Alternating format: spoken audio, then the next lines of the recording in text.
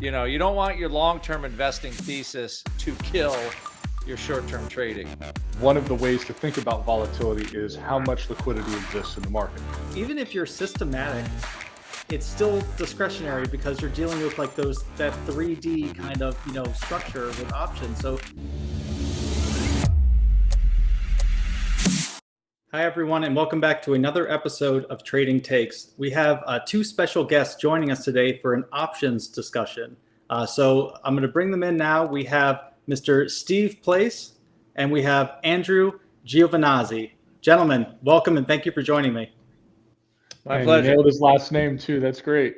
Yeah, that's pretty good. Well, he's got vowels in his name too, so that's simpatico there. You're just Place. We know that. Right. That's an easy one. Yeah.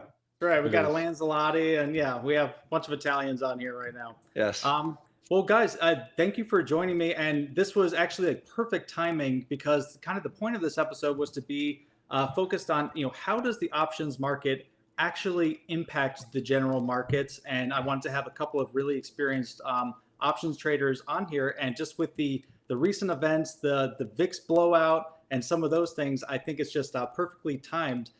So for people who might not be very familiar with either of your work, could you just describe your career a little bit, who you are, and how you came to be an options trader?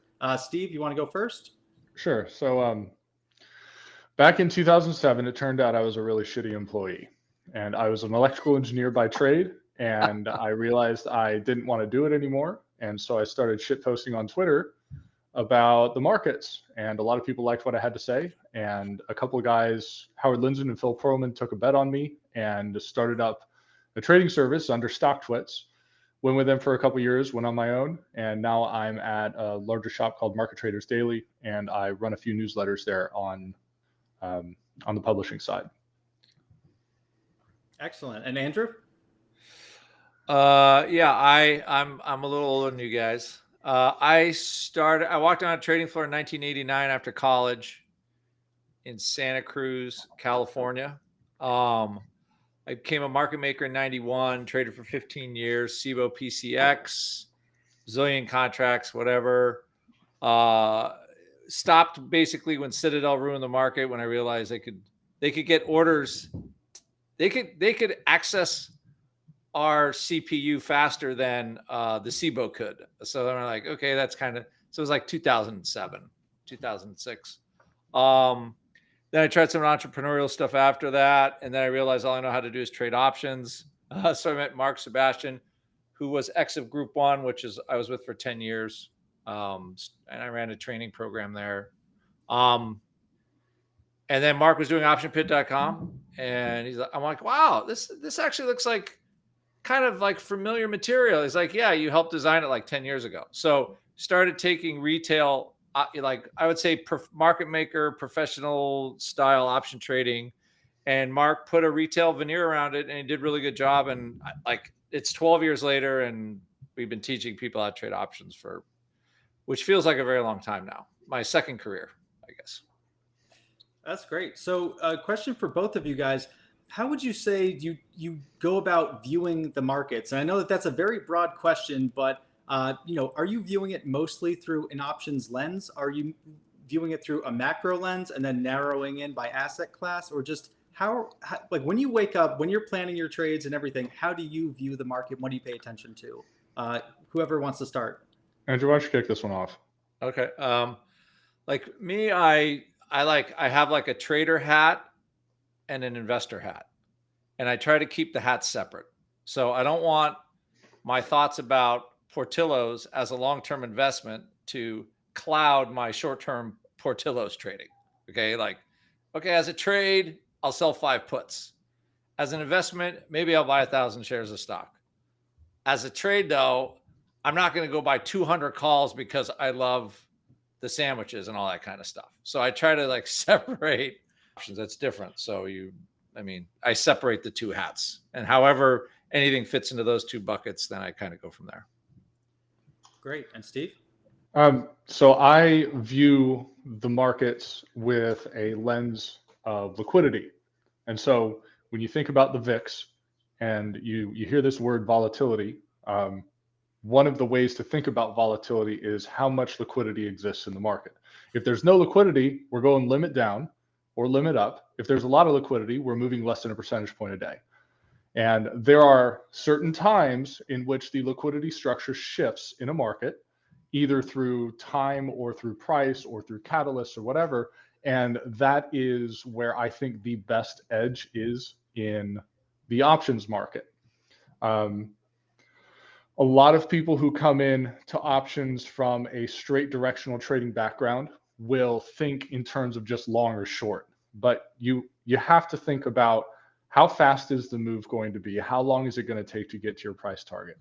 If you buy a stock at $10 and then the stock trades at $10 for 2 years, right? You didn't lose any money, but you lost a lot in terms of opportunity cost.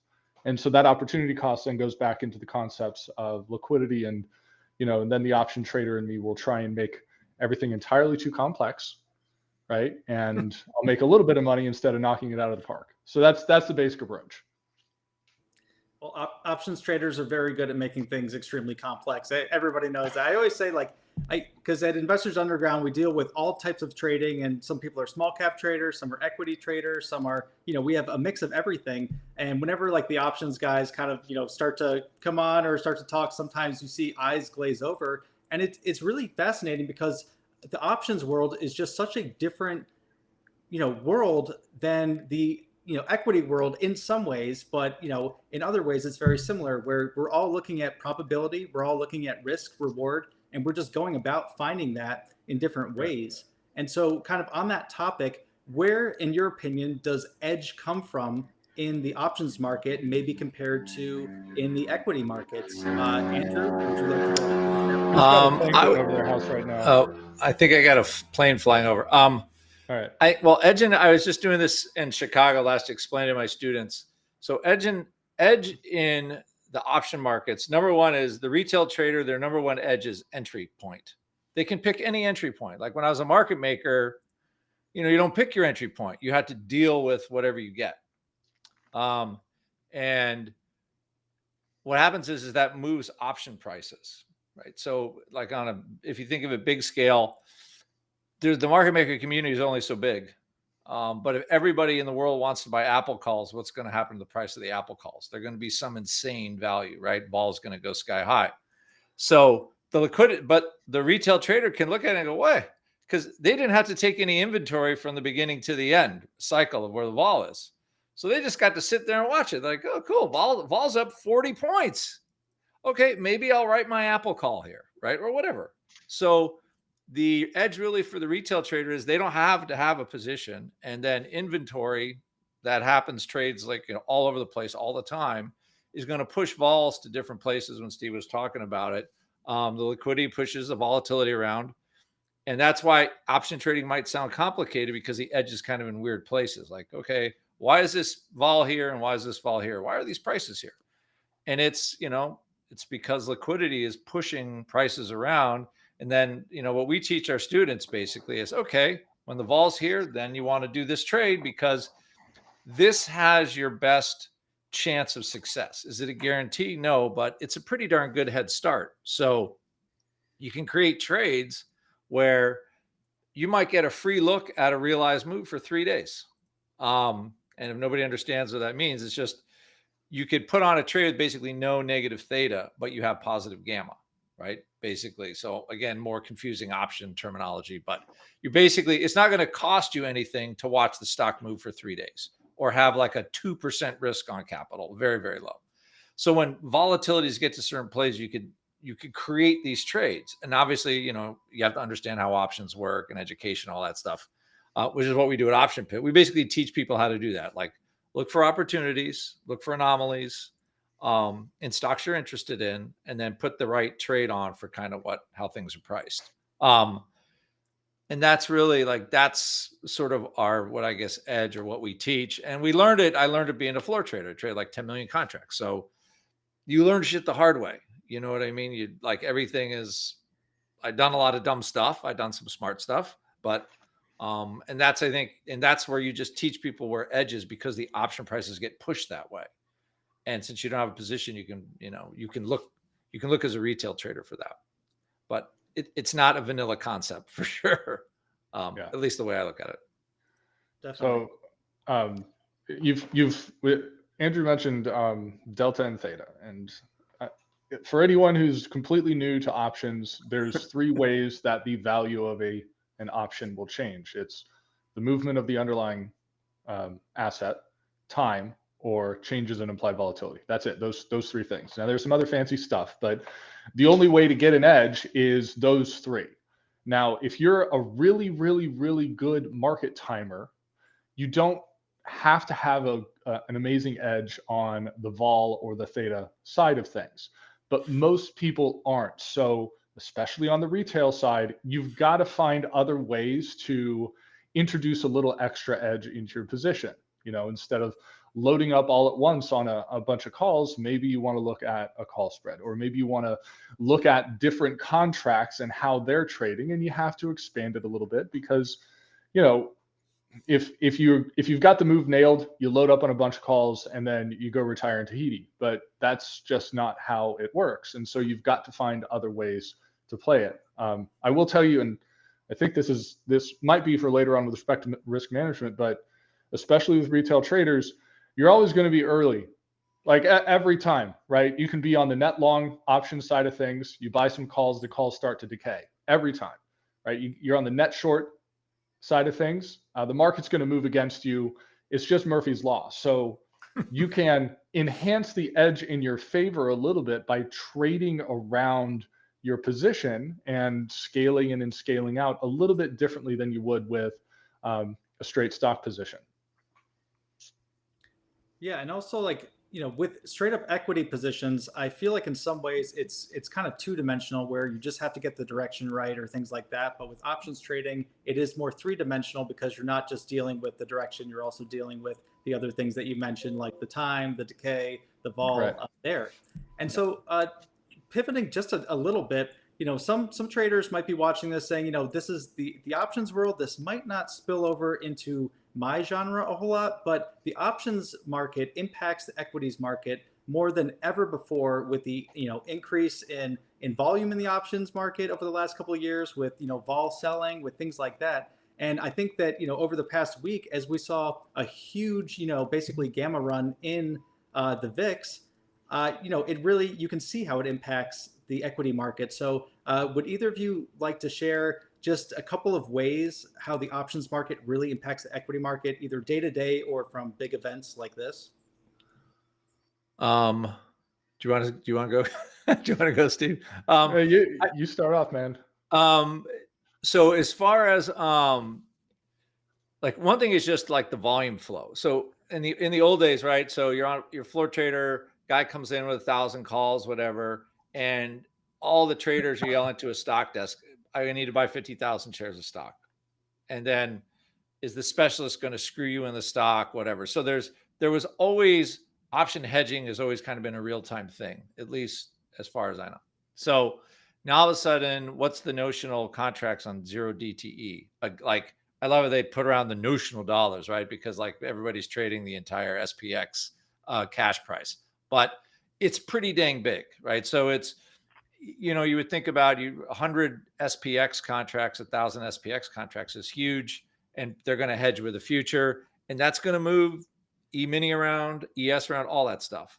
So, and I think we're at the point, I'm not 100% sure. I'd have to ask Russell or Henry Schwartz of the SIBO, but from a volume point of view, I think like option volume now is starting to sort of dwarf equity volume or climb above like that notional volume on it, because one contract's 100 shares.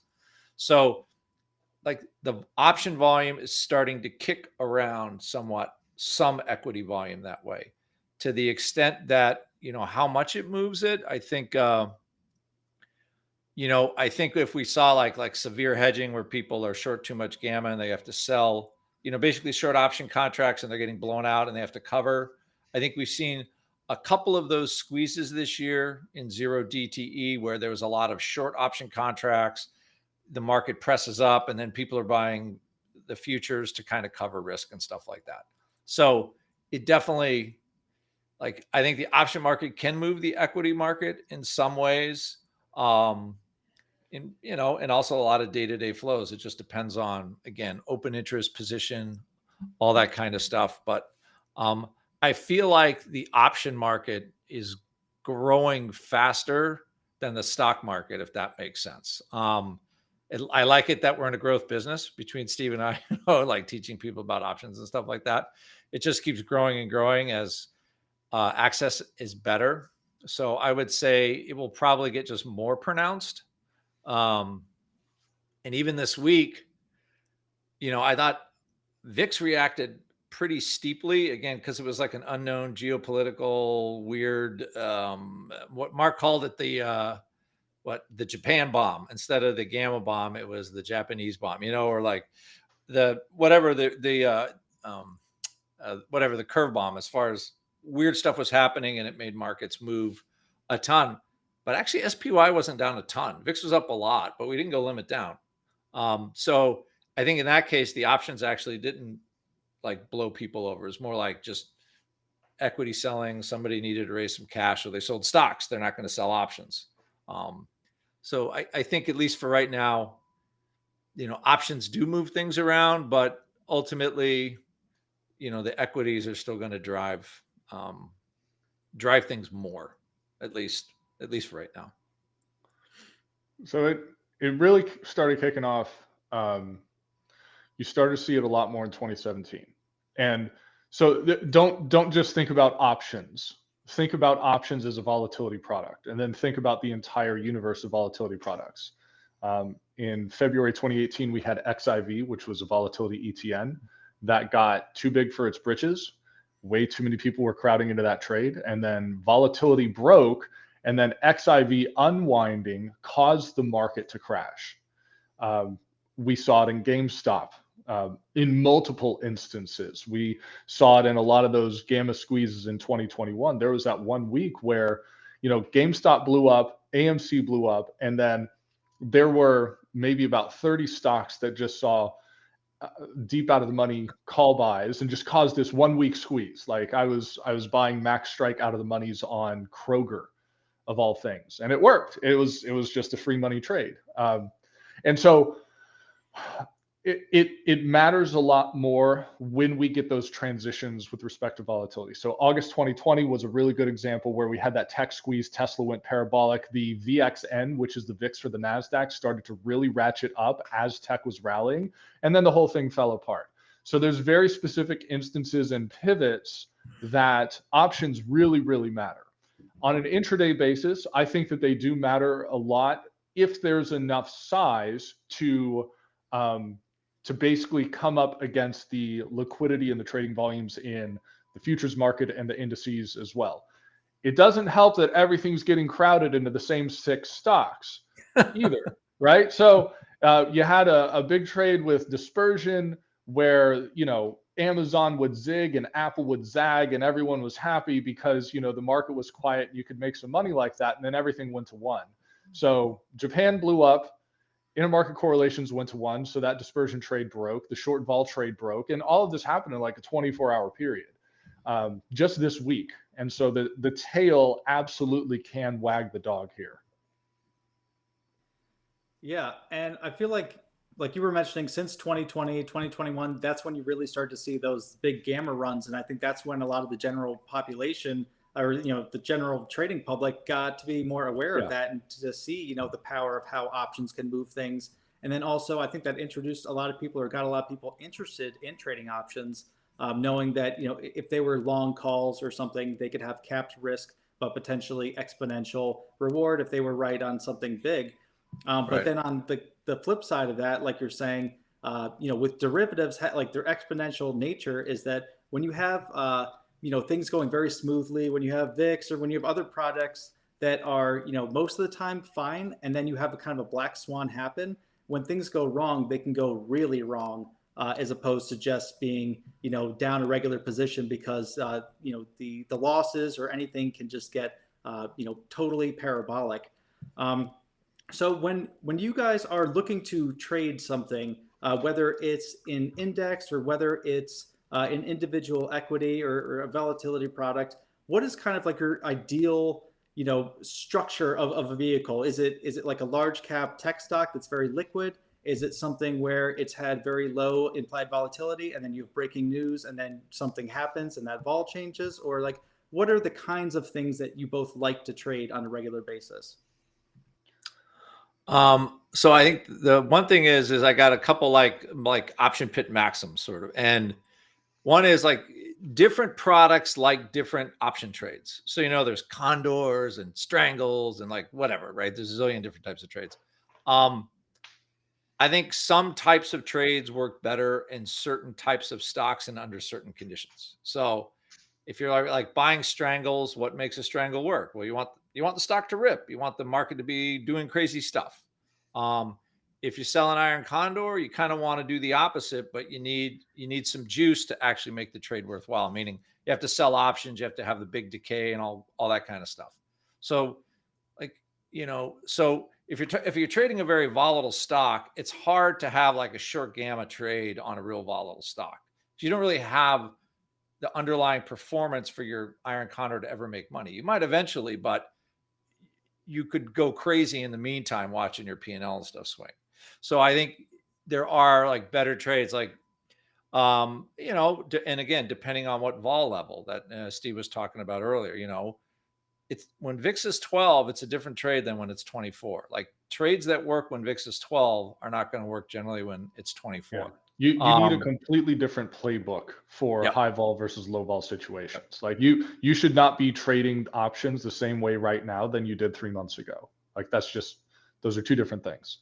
Yeah, because you're Sorry to going to interrupt. watch Go this ahead. stuff melt, right? If you were an option buyer when VIX was 12, and the market was going straight up, like things were kind of easy. I mean, a bull market, options level bull market, there's nothing like buying a cheap call at low vol, and then the stock goes up $4. You're like, woohoo! I'm the smartest trader in the world. Okay, we've all done that. I just know that it doesn't always work that way. But now at 24, it's like kind of hard to do that, right? It would, when it's a little different story. So I think at least that's how I think about it is, again, I think it's an educational thing where what trades work and what trades don't. Like we get a lot of refugees, what I call from like other places, other services, whatever, because we're not like a naked option shelling shop. I don't think that it's a hard thing for a retail trader to do. You'd be And shocked. they're like, it was working and working and working. Like it was great. And now it blew up. We're like, what did I do wrong? What happened? I go, well, nothing happened. It's just the stock stopped going up 4% a week and it decided to go down 50% one day. And I think another problem with that is how people lever a trade. So I sell one put every week and I make money on the one put for 6 straight weeks. And I have a winner. I'm like 6 straight weeks in a row, I can't lose. So now instead of doing one put a week, I'm going to sell 10 after the stock has already rallied 40%. Not only that is I'll go more aggressive and sell a put closer to the money.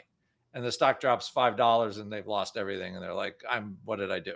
So, understanding how to like size trades, place trades. We haven't done the risk management thing yet, but I think that's part of also knowing the product you're trading. How much SPX is going to move on average versus, one of these crazy semiconductor stocks that has been moving around in 2024. They're kind of different animals in how they're going to trade. And we'll see this. You mentioned refugees from shops that people get blown out from. There's a very bad strain of ideology. Yeah, if you're listening to us and you're like, what's the best strategy? And we're like, it depends. And that's the real answer. And there are people who will be very, very dogmatic with options, specifically around the option selling side. And they'll say, oh, because implied volatility, because the option premiums are so high, it's such an obvious sell, right? And then they'll sell right before earnings or during market crises or into FDA events. You just get absolutely run over. Just because volatility is high doesn't mean you should sell it. Just because vol is low doesn't mean you should buy it. You have to have some other considerations. For most retail participants, your main input is going to be the price of the underlying stock and where you think it's going. If you go and you sell, for example, you just go sell a 30 delta put, what volatility considerations aside, right?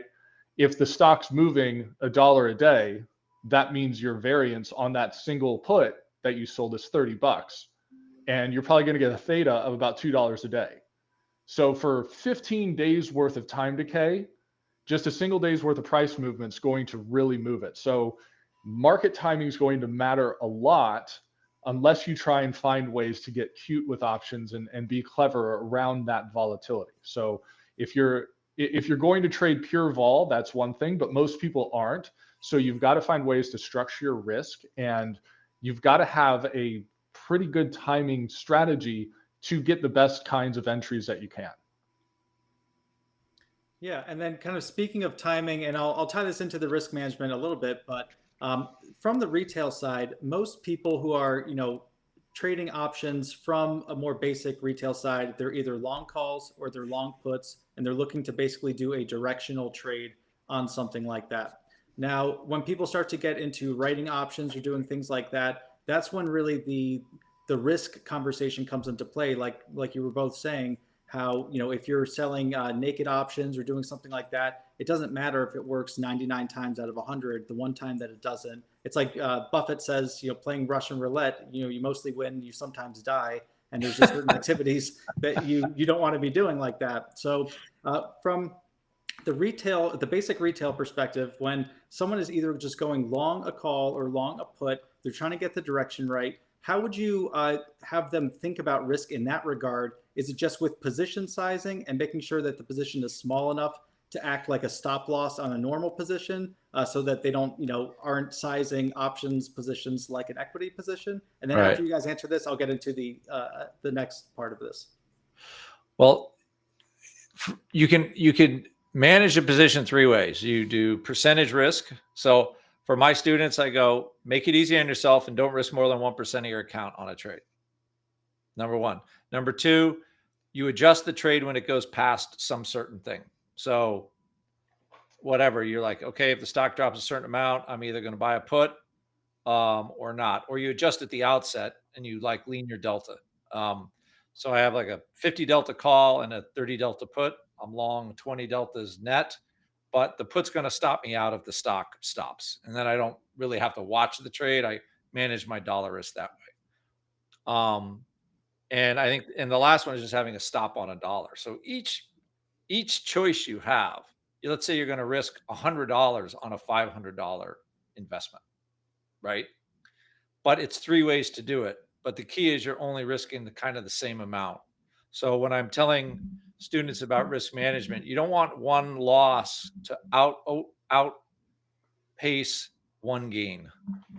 And if you allow a loss to get too big, like if you allow one loss to take out 4 or 5 potential wins, it's too big. So you're going to have to see, based on your account, what you can actually do. I think a lot of people try, if you're trading with an account that's small and $10,000, I think it's very hard. It's like near impossible, because like a $10,000 account, like an option put, we try to structure one lots. So that risk is like 100 to 150, with try to make 3 or 4 times that, depending on whatever happens, right, with the trade. So you want to kind of structure it that way. So I think that's about management. You have a choice. You can do position size, adjustment, or stop. And I mean, ultimately, that's those are your choices of how to get out of something. So there's a couple extra things I'd like to add to that. I have basically a meta model of like, when you are developing a trading system, what do you want to add to it? And in order to be consistent across different assets and different volatility regimes, the delta of the option should dictate your entry. Like when you're like, what strike price should I buy? And then you'll have people go out and buy 10 delta calls trying to hit a lotto ticket or something like that. Or you buy a 50 delta, which is at the money, and each is going to have a different payoff. But having that lined up first is going to remove a lot of the decision fatigue that you have. And then saying, okay, I'm going to choose my duration. So, you're going to do a 30 days to expiration, 30 delta put sale or something like that. And that way when you're looking at the trade from a systems perspective, all of those decisions are already taken care of for you, so you can focus on the thing that matters, like what your entry is, or what are the initial conditions that you're looking for. When it comes to traders that are just starting out and they're buying 0 DTE options, straight up calls and puts, good luck. You're probably going to blow out your account if you don't. That's amazing. But one little twist you might want to consider is doing spreads instead. There's a lot of convexity built into calls and puts, and a lot of people don't understand how that convexity works. If you have an out of the money call and it lifts and it goes to at the money, that's great. You're making money, but all of a sudden your time decay risk skyrockets. So if you do spreads, they're going to behave a little bit more like just a straight equity position. And it keeps you out of a lot of trouble with, being too oversized or not understanding all of the Greeks or how to manage your position. Great. And then something that you said kind of reminded me of this next topic that I wasn't sure if I was going to bring up, but I feel like in trading, a lot of people view it as like, systematic kind of trading versus discretionary. And just from an options perspective, even if you're systematic, it's still discretionary because you're dealing with like that 3D kind of structure with options. So would you guys agree with that or disagree with that, or how would you view kind of discretionary options trading versus systematic? You can run systems. They just have to be developed. So when I think of trading systems, like you just have a simple pullback to a moving average trade, you sell a credit spread or whatever, right? You kind of view it like you're franchising a McDonald's, right? You have your operations manual in hand. You say you can give it to someone else and say, here, you go run the store for a little while, right? That's the kind of development you want to have. And if you're going to fully systematize it, you need something in your manual that says what happens if the McDonald's catches fire, right? And so, but right now, the VIX structure, the volatility future structure, is very backward. It's backward options, or backwards futures rather.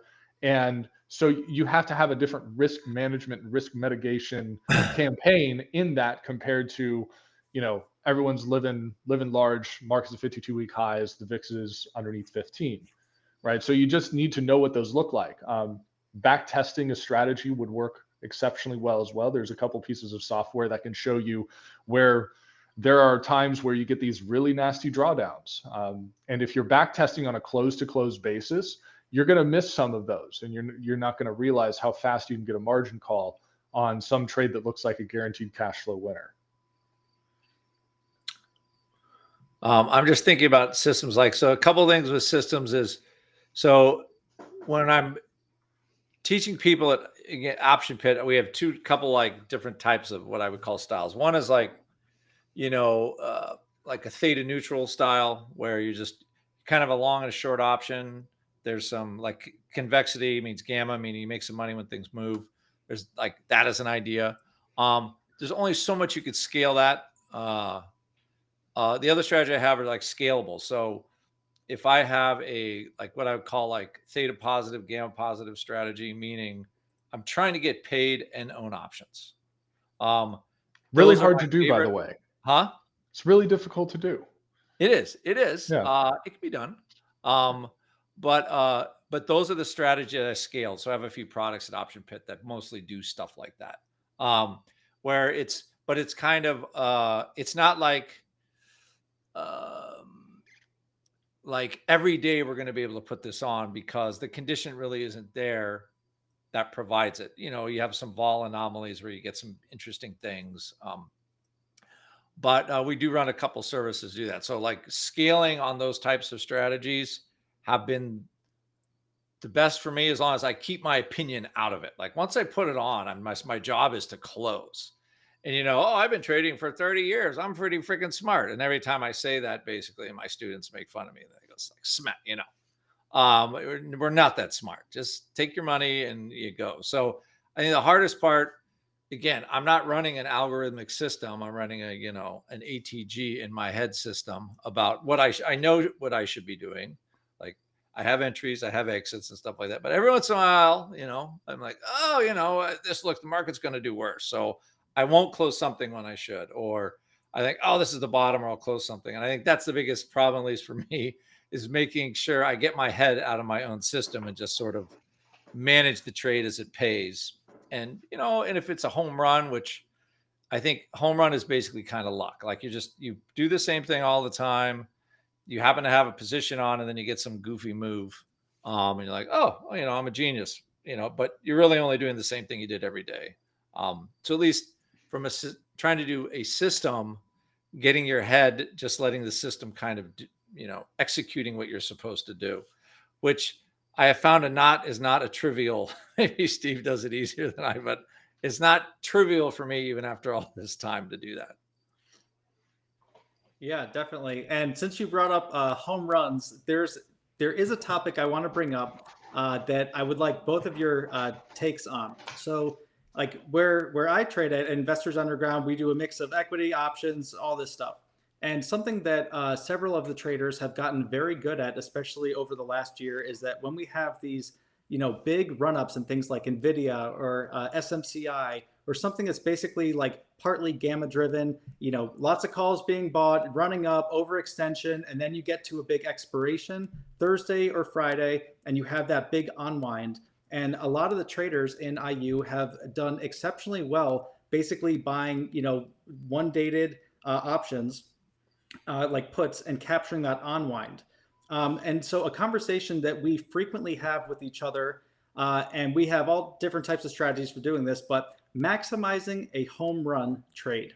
So when you have, just like a great entry into something, let's say like the Nvidia run up, and then it's like a Thursday and it starts to turn, it starts to fail to follow through, and where you are anticipating a big unwind and a big range down, and you have puts on it.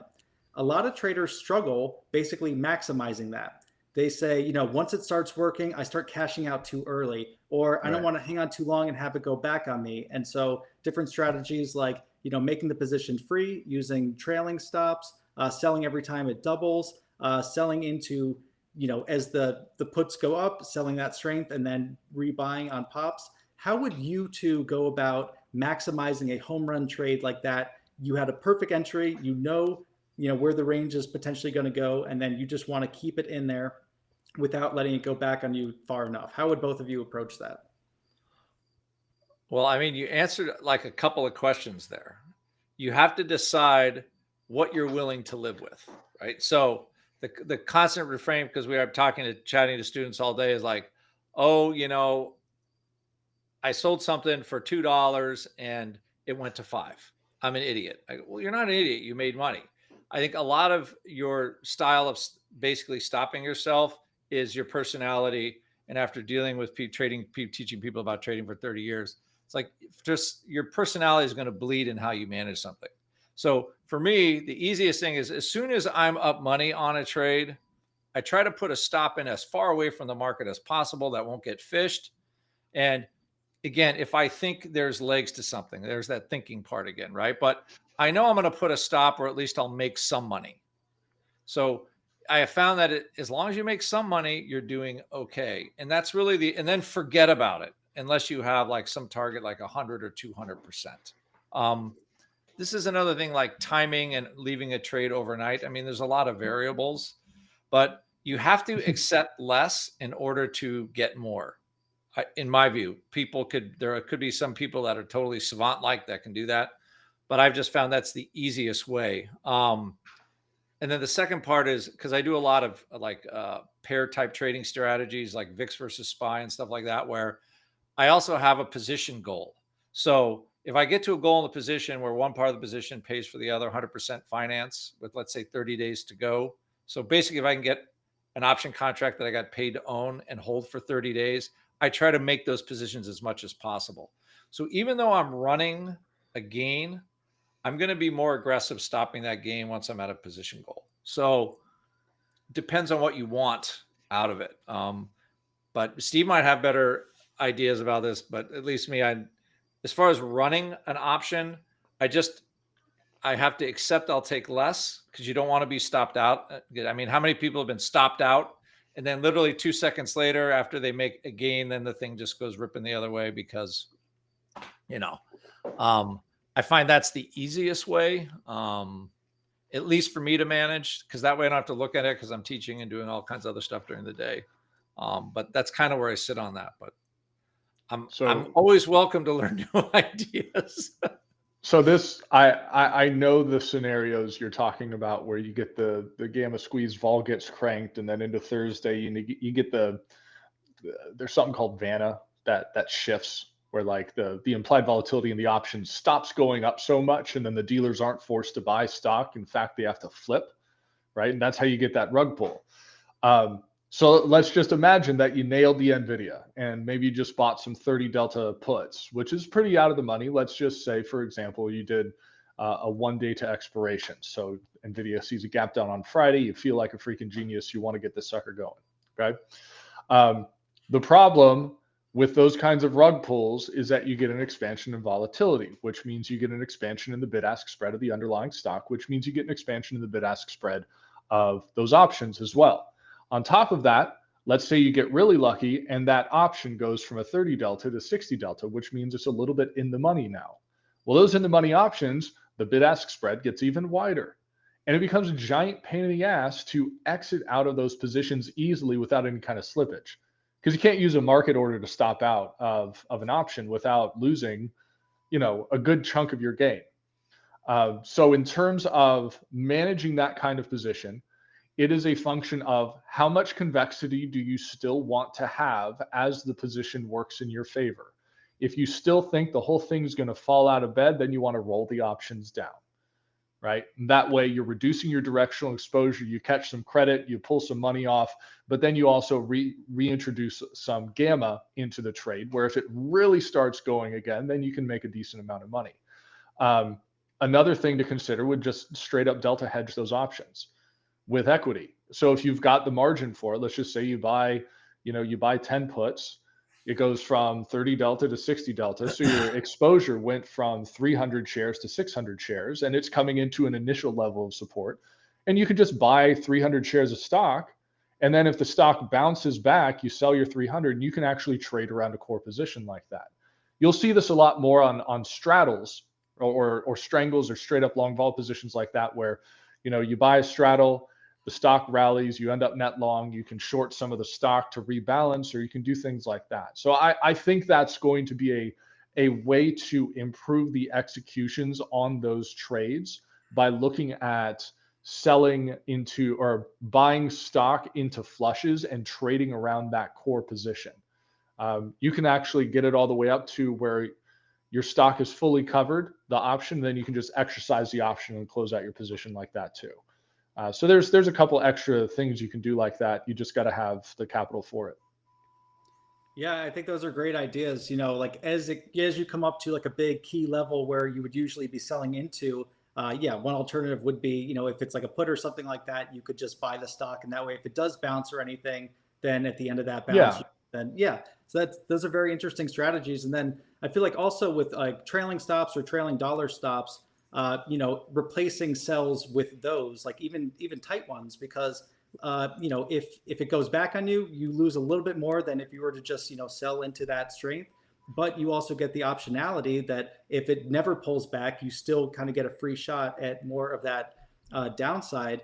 And then if you do get stopped out, then you could get into the mindset of, okay, is it time to roll into the next strike down and get into a good position again? I think that those are some great strategies that people are going to take a lot away from. So thank you to both of you. I think that that's a very valuable conversation.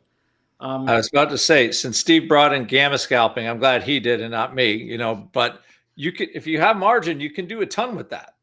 But I think if I have duration, my favorite stop out strategy is the house money roll.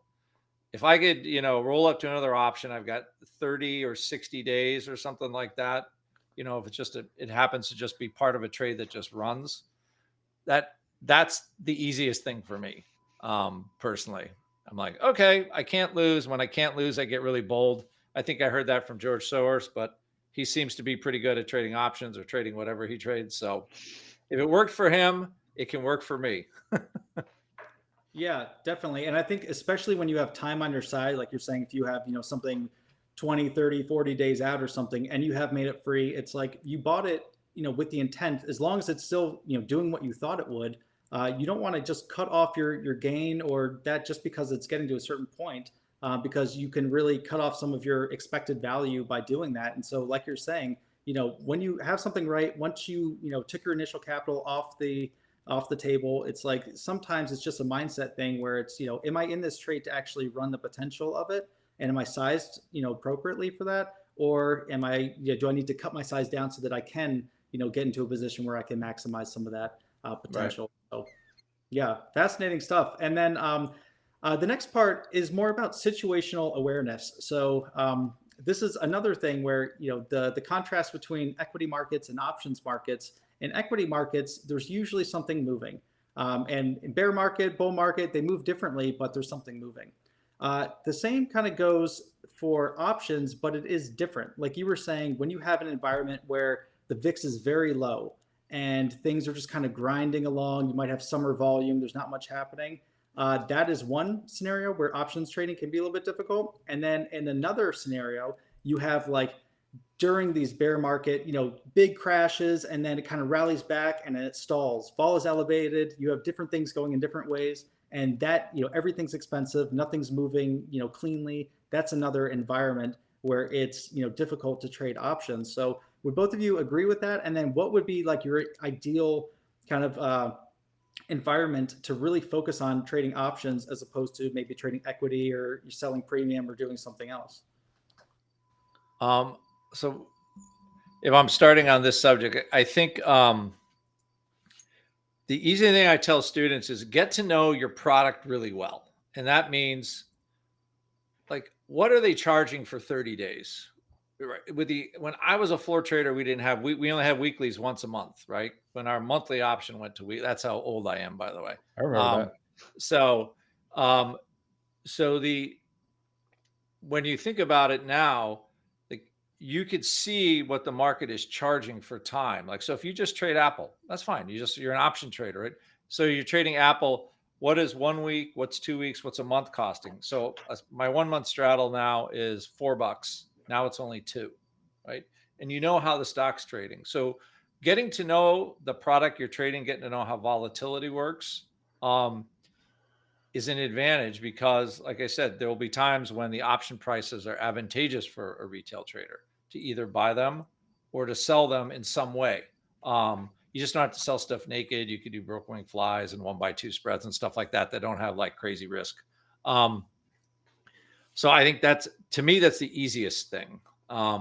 Just understanding your product.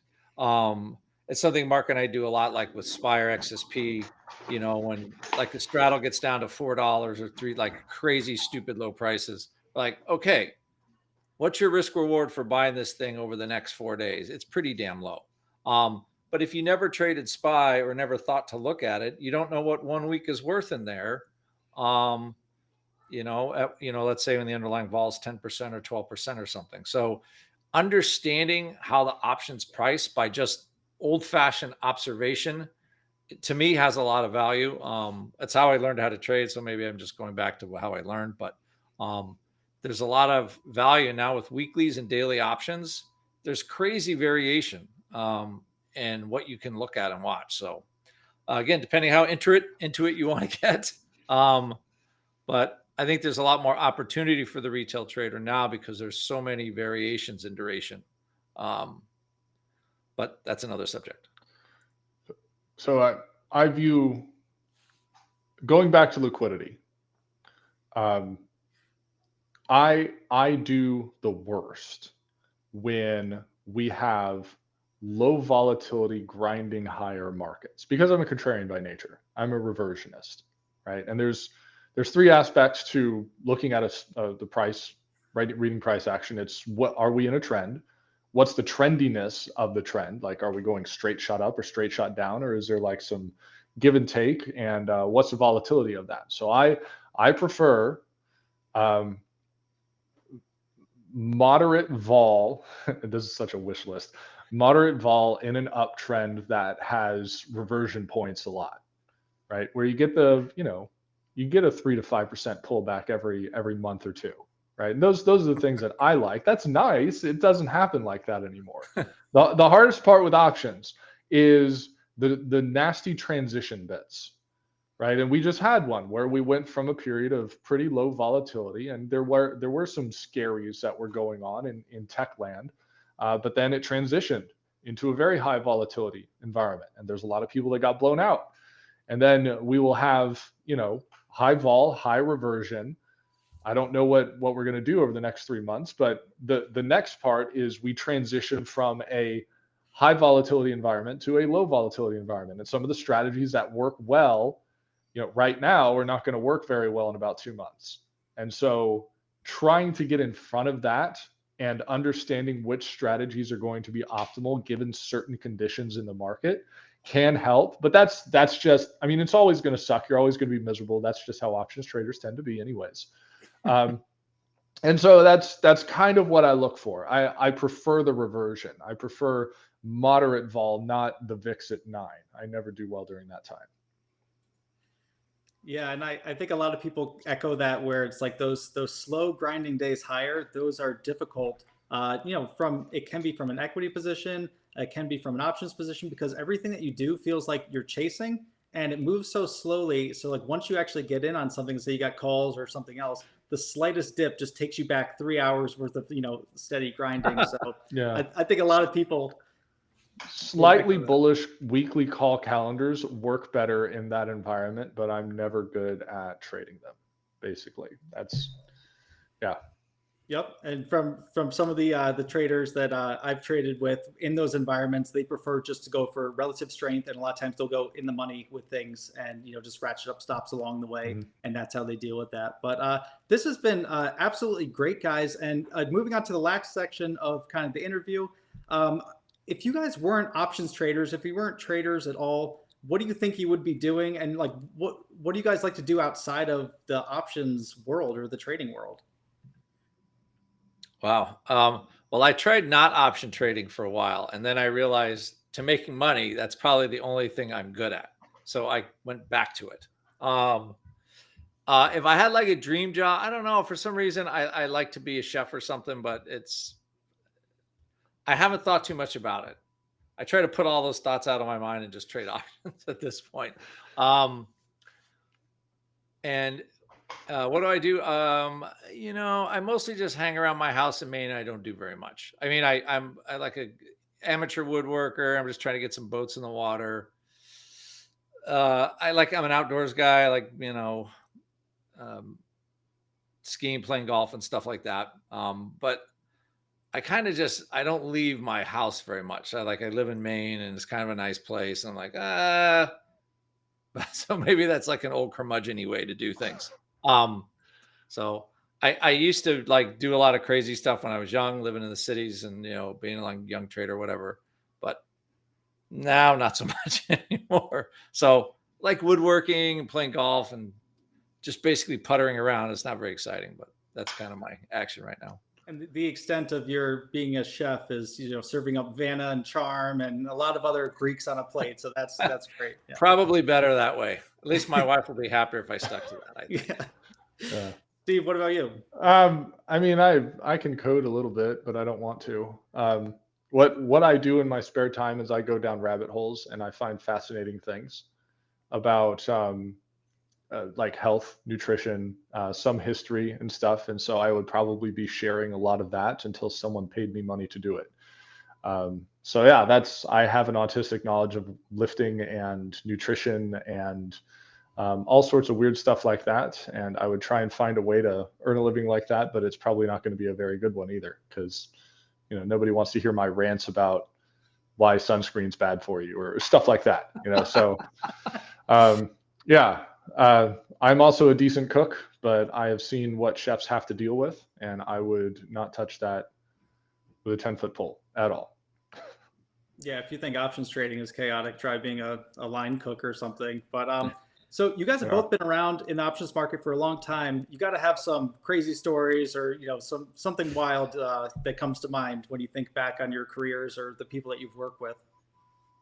I've been so wrong publicly about things, and I want to give you an example.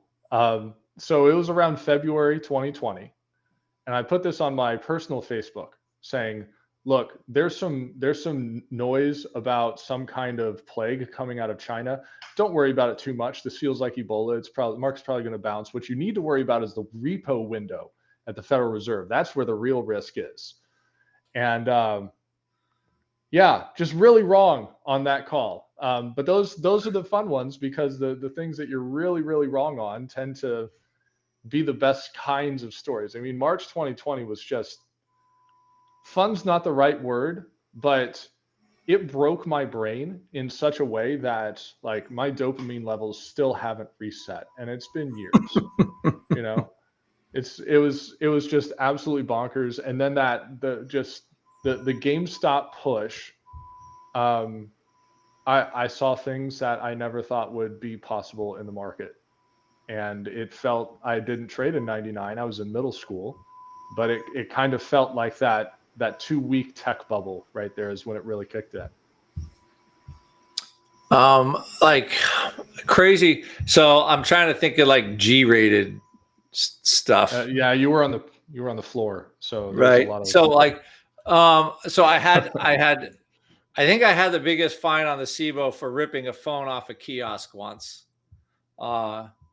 It was like $3,500 or $4,000. I got pissed because we had this electronic filling system and it got set up wrong, and I ended up filling the whole crowd basically with stock. And then I didn't know, like I was expecting to fill like an hour later. I got it, and it was kind of an expensive fill because I filled the whole crowd. Like, so our system basically sold stock down. Like, wow, this is going to be a good day. But I was the one doing the selling. So I turned a 50,000 gamma position into a big puddle of yuck.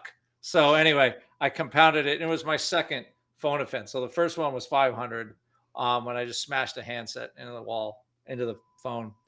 And then the second one, I just went for the whole thing this time and totally destroyed it. So, and actually the guy that gave me the fine, he was an old fashioned SIBO broker. And Andrew, I gotta find you sound like Roz and Monsters Inc. I gotta find you a lot for this one. What the hell are you doing? So anyway, that was when I was younger. I was, a little, let's just say I had some temper control issues, anger control issues. So I'm a little more chill now. But anyway, that was, you could get angry at like the old fashioned trading floors.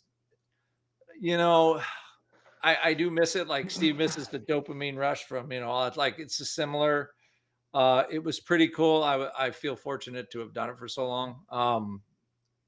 But yeah, that's what I would call a G-rated, besides fights and ridiculous crap that happened all the time. But yeah, I mean, anyway, that was, I would say, but since then I've chilled a little bit since then. Living in Maine has helped for the last 15 years. Yeah, and now they just keep you away from any phones, and you're good.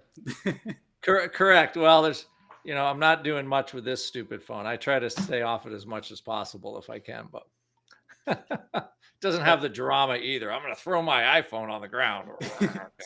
Too expensive, more expensive than the fines. But yeah. Well, thank you guys so much. I thought that this was a fascinating conversation. I think a lot of people are going to get a lot from it, and I just really appreciate both of your time. And it was great to meet you and talk with you. And hopefully, we'll do something again in the future. Sure. All right, Chris. Thank you, Steve. Nice seeing you again. Thank you, guys. You too, man. Take it easy. Later. Thank you for tuning in to this latest episode of Trading Takes. Don't forget to hit the like and the subscribe button. And if you enjoyed this conversation, please check out some of others with some great traders. Thank you for watching.